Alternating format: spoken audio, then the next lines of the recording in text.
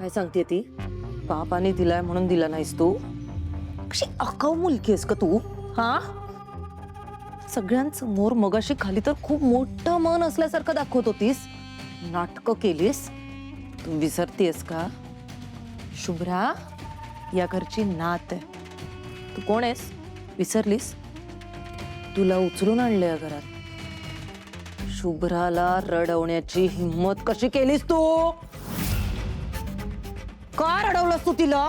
हा, आता शुभ्राला रडवल्याबद्दल तर तुला शिक्षा व्हायला पाहिजे, हो ना? नको काकू प्लीज. नको काकू, असं कसं चालणार? शिक्षा तर मिळणार. शुभ्रा बेबी सांग, आपण ओवीला याच्यासाठी काय शिक्षा द्यायची? मम्मा मला बाकी काय नकोय, मला फक्त हा गेम पाहिजे. गेम पाहिजे? घे तू शुभ्रा, मला नको, तू खेळ याच्यासोबत. एवढी साधी शिक्षा मिळेल असं वाटतं तुला? तुला मी अशी शिक्षा देणार जी तुझ्या आयुष्यभर लक्षात राहील.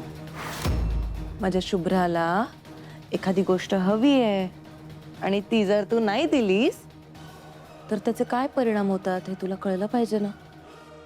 आयुष्यभर लक्षात राहिलं पाहिजे. बाबांनी आणलेला गेम आहे ना?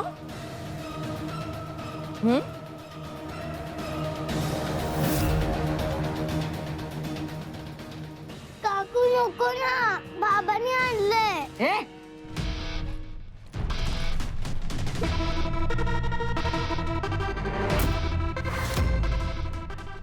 काकू मला बाबा रागवेल.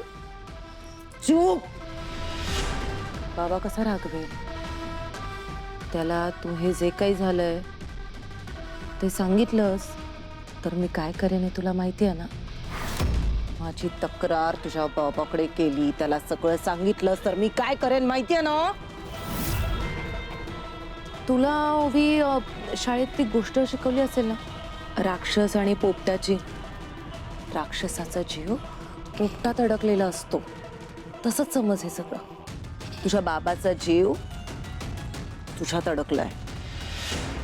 जोवर तू तुझं हे तोंड उघडत नाहीस तोवर तुझा बाबा जिवंत राहणार, तो एकदम सेफ राहणार.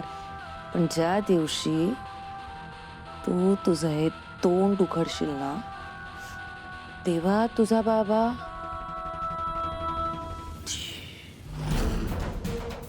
कळलं? तर ना तोंड पाडून बसायचं नाही, कळलं ना? मला काहीच नाही कळून द्यायचं. हो काकू. चल बाबू, आपण तुझ्यासाठी मोठा गेम घेऊन येऊया. एकदम छान गेम. असला घाणेरडा गेम नको आपल्याला, नको ना?